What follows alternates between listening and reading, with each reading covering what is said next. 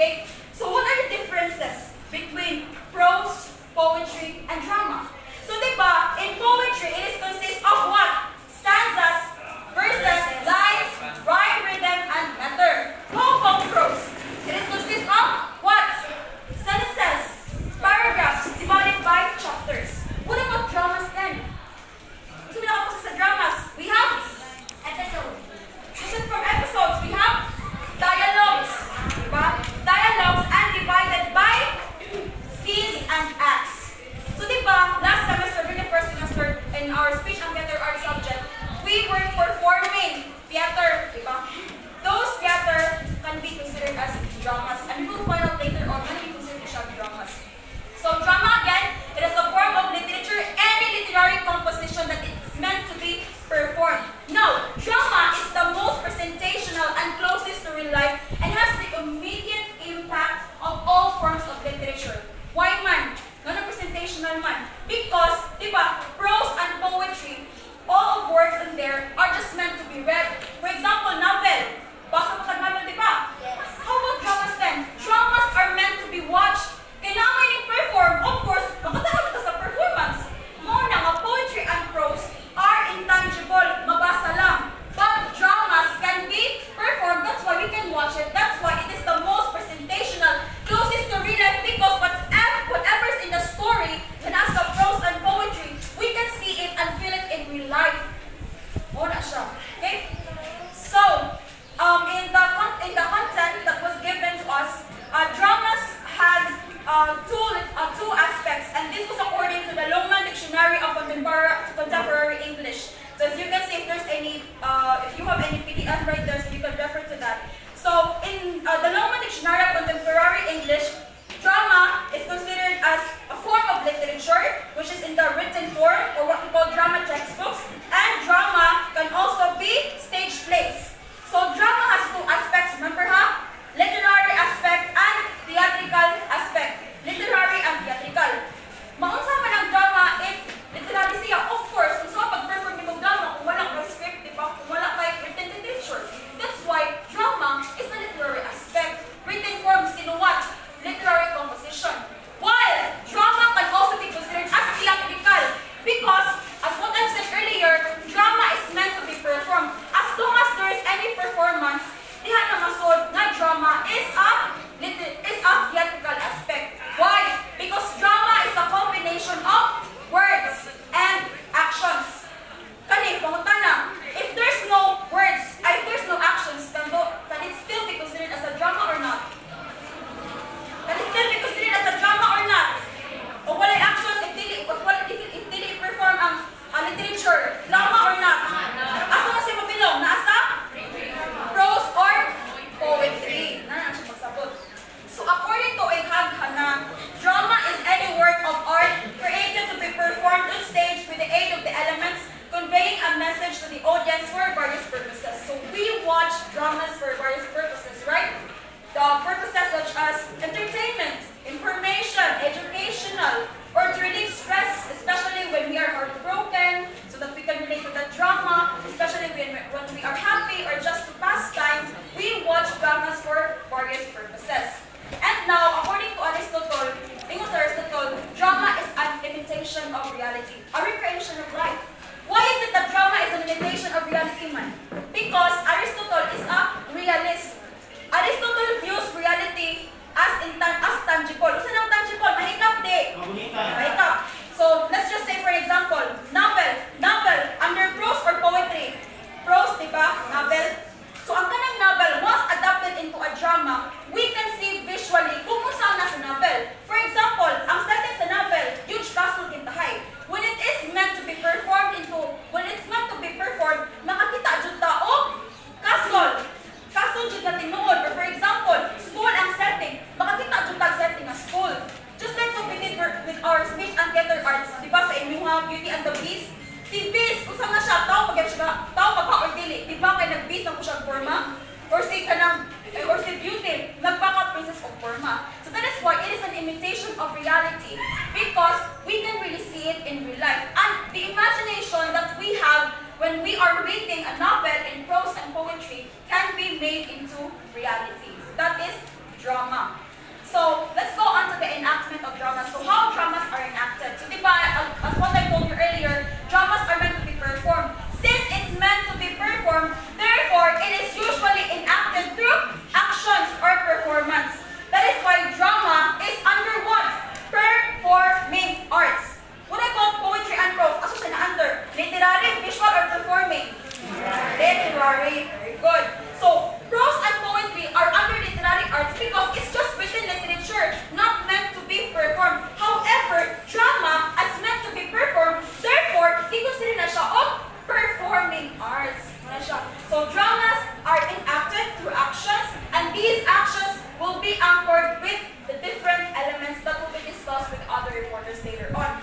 Just remember that dramas are form of literature which are meant to be performed. And now let's discuss the elements of drama.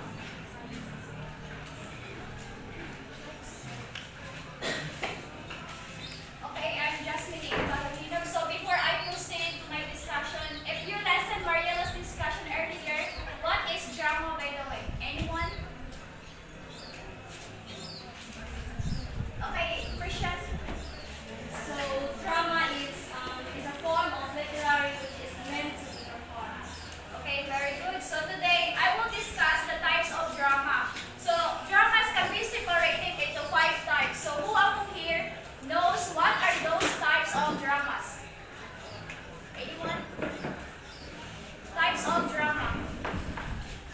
None? Okay. The types of drama separated into 5 types. It could be the tragedy, comedy, tragicomedy, melodrama, and farce. So first is the tragedy. It is a primary form of drama that ends in sadness. So one of the examples of this is the story of yes. The story of kanang gi-perform nila Jella, Orpheus, and Agnes. Kanang Firmus and Thisbe, right? So why those story Firmus and Thisbe is the tragic ending? Anyone? Okay. The characters both died. Okay, so that's the kanang sad reality. So next is the comedy. Comedy is a form of drama. No. So when tragedy ends in sadness, so how about the comedy? It ends with laughter. No. Yes. Please stand, Ivan. Okay, very good. It's happiness. So comedy is a drama which mainly aims to make the audience laugh. While watching the play, the ultimate goal of comedy is to make the audience laugh. So when kung play ka sa drama, it could be the habits gani nga kanang bukat sa audience nga kanang masabtan gani nila ka ng drama ka is kanang kuan kanang gingaw nga na gani. So the ultimate goal of comedy is to make the audience laugh while watching the play, either through the recognition of something familiar or the surprise of something unexpected. So comedy is a professional entertainment consisting of jokes and satirical sketches intended to make an audience laugh. Nasabtan ang comedy at tragedy? Yeah. Okay.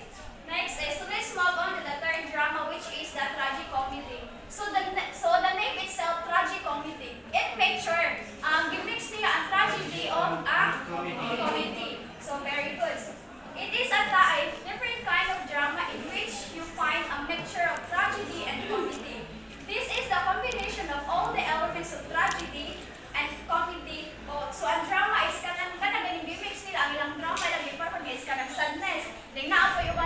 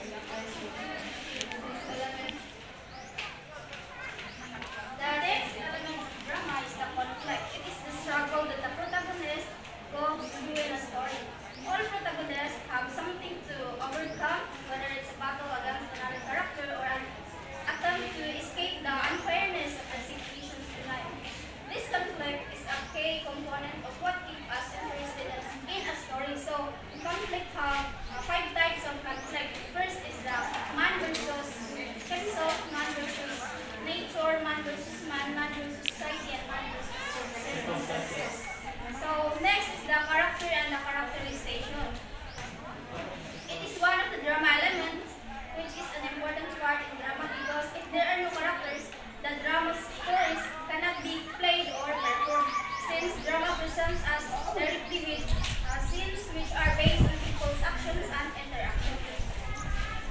Characters play a dominant role in this genre. Besides characters, there is also a characterization, and these two things are different because character is a person in a literary work, while characterization is the way in which a character is created.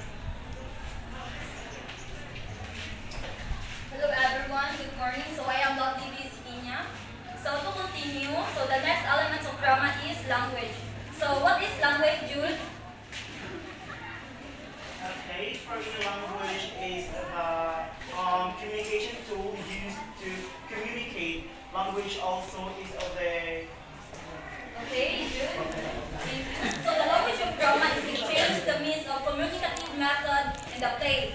So as is 2001 identified three types, verbal, gestural, and symbolic. So language is a means of communication adapted in the play. So it is where the characters will convey a message through verbal language and gestural language. So like by using your eyes to convey a certain emotion, or by using your hands, by nodding, or by using your body.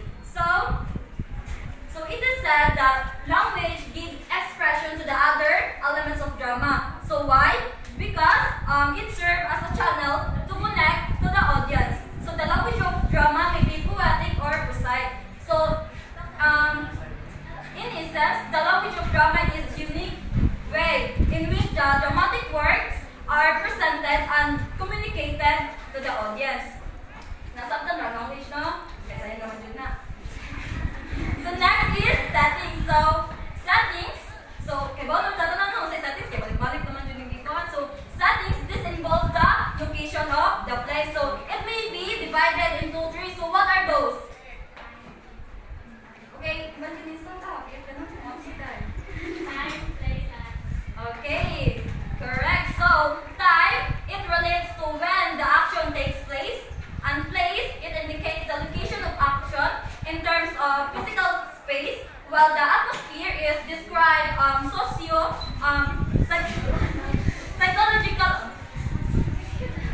psychological mood of the place. So basically, settings is when and where the story happens. Also, since when man, so it gives us information about the time. And as for where, it also informs us about the place the story takes place. So, however, unlike the prospection, the settings as an element of drama also consider the atmosphere both refers to the overall mood. So, the story nga, for example, the story nga Cinderella, also may time na niya.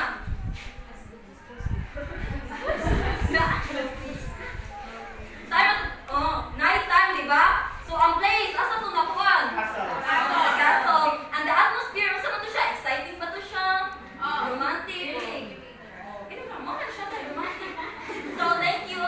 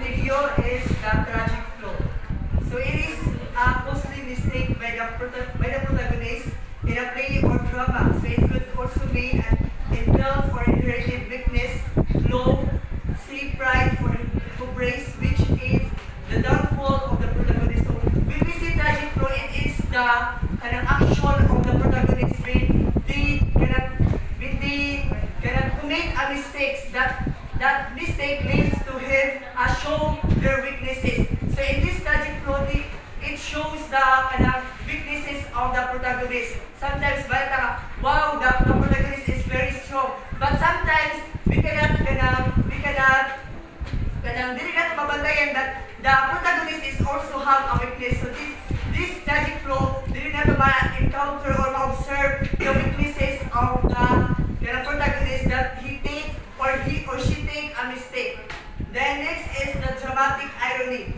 So it is a situation in a drama in which a character out of ignorance says or does something which runs counter to the course of action whose real outcome is known to the audience, but is hidden from the character in question. So when we see dramatic irony is a situation in which the audience or reader has a better understanding of events than the characters in a story do. So it is a contradictory when the characters acting in a drama to implies what the story does happen. But in the dramatic irony is the audience lead to know, to understand what the story happens. So dili na sila mag-base what the characters knows, but they base on what the story happen. So they base only on their perspective of the story. So they are more on their perspective about the story. So dili na sila mag-rely on what the characters does acting on the story. Next is the suspense. So it is the state of anxiety and expectation in the reader or audience of a play as to the likely outcome of events. So it raises a reader's interest and keeps him or her guessing as to what will happen next. So suspense, when you say suspense, what comes in your mind? Yes, thrilling. So ma-thrill ta, and in this time the audience or readers dili na to examine o what the readers or the audience interest to the story. So when we see suspense, is a feelings of excitement, especially when we see the drama or story more thrilled, di ba?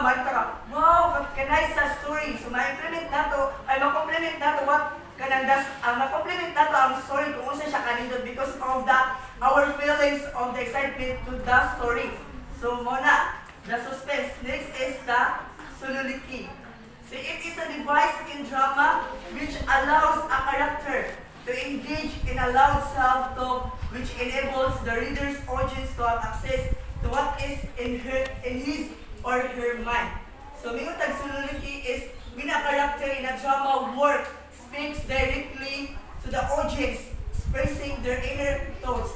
So soliloquy makes mahapin din siya sa story when the character shows mag-ilusara siya sa story, and then ma-experience niya ang inner thought. For example, sa Mulan, di ba? Sa Mulan is more on reflection, and then it focuses only on herself. So mag-reflect siya, and then that time, madili na ito ma-understand the connection between the audience and the character itself. Diba? Kung mag-inusara ang character, maka-feel po ta, maluoy po ta niya kay may re-experience also what he or she experienced on the story. So that is what the soliloquy. Next is the prologue. So it is the formal introduction to a play written in prose or verse whose content is relevant to the unfolding events in the play. So this device is used in Ola Rudibus, the gods are not playing. For example, so muna siya. So when we see prologue, it is just an introductory. Diba? So pasiuna siya sa story before the drama happened. So like, it was written in the verses, or well, for example, once upon a time, there was muna bitaw introduction, introduce pa niya ang character first, or the story all about before the characters plays the story. Next is the epilogue. So it is the closing comment in a play which justifies an early course of action or fills an untreated gap. So the device is used in the Rivals, who is the author of the Rivals. So mayroon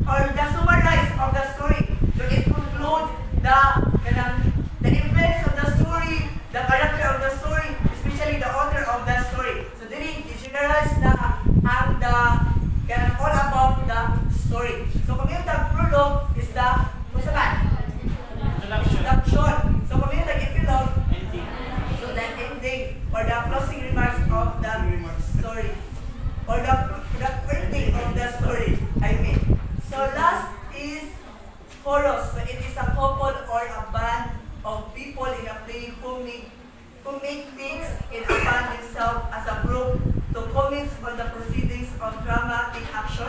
The group sheds light on the unfolding events and prepare the audience for what is to follow. So pamingon the chorus is, it is a group of band. So sila ang kanang perform o kanang, for example,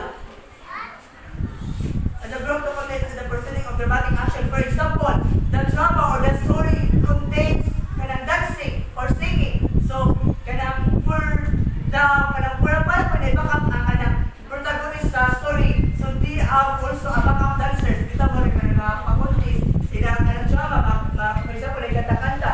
They have also a kanang backup dancer or backup kanang singer. So that is called a chorus. So in a kanang story. So that's all for my part.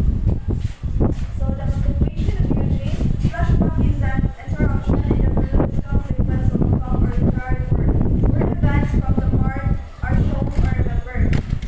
So director is a person who supervises the production of show such as film or play. They are responsible for the overall direction of the project, including the action, lighting, music, and rehearsals. Producer is a person who supervises or finances a work. They oversee the production process and often play a key role in the creative and financial aspects of project. Interlude. An interlude refers to an interviewing or interruptive period, space, or event. It can also refer to a musical composition inserted between the parts of longer composition, a drama, or religious service. So prompter is a person or thing that prompts. In theater, a prompter is a person who is off stage and follows a play in progress from the book, repeating his cues and supplying actors with forgotten lines. Role play refers to the act of acting out the role of a character or situation. Audition is a trial performance to appraise and entertainers. Wherein it is a process where performers showcase their talents and skills to be considered for a role in a play. Lastly, climax refers to the highest point or culmination of something, to the point of highest dramatic tension or a major turning point in the action. Good morning, I am Samina Ostol. So in conclusion, we'll note that undertaking a proper stylistic of analysis is not easy. Am I right? Yes. So therefore, the analyst must be armed with different dramatic elements. So sa ganitong elements of drama, we have plot, theme, conflict, character or characterization, language, and setting. These elements are relevant in order for us to do a great job. In addition, it should be noted that pragmatic stylistic is necessarily involved in stylistic analysis of drama because it utilizes some extra-linguistic factors, and it does not rely on theoretical elements but in realistic and practical way in order for us to achieve dramatic effects. So to sum it up, a good mastery of this will enhance your stylistic analysis of any piece of drama. Again, we have emphasized that drama exists through what? Yes, very good. Drama exists through action, and it is a performance kind of literature because that's what Mariela said, it is meant to be performed. Also, it involves acting, dancing, and singing, like that. So, while the other forms of literature may be personal, drama is a kind of literature that equals us to be socialized, and it is collaborative kind of literature that equals collaborative art form in the sense that it needs the service of many people to come to life on stage. And remember, as what David Robinson said, the world is a complicated place and there's a lot of division between people. The performing